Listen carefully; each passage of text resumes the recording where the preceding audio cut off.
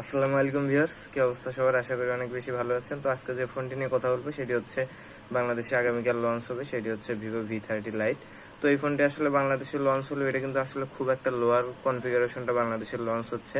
এবং দুঃখের বিষয় হলো এত দামের একটা বোঝা যাচ্ছে এটা 20 থেকে 30 হাজার টাকা রেঞ্জের একটা ফোন হবে, কিন্তু একদম বাজে একটা প্রসেসর, যেটা হচ্ছে কোয়ালকম স্ন্যাপড্রাগনের 685 এর একটা প্রসেসর দেওয়া।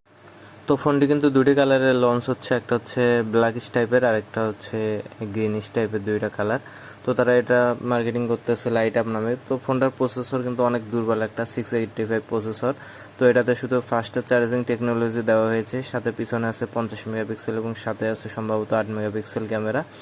তো এই দামের মধ্যে কিন্তু আসলে যারা হচ্ছে একটু ক্যামেরা ভালো চান বা দেখতে সুন্দর চান তাদের জন্য এই লেভেলের ফোন, কারণ এই ফোনগুলো আসলে পারফরমেন্স আপনারা জানেন খুব দুর্বল হয়।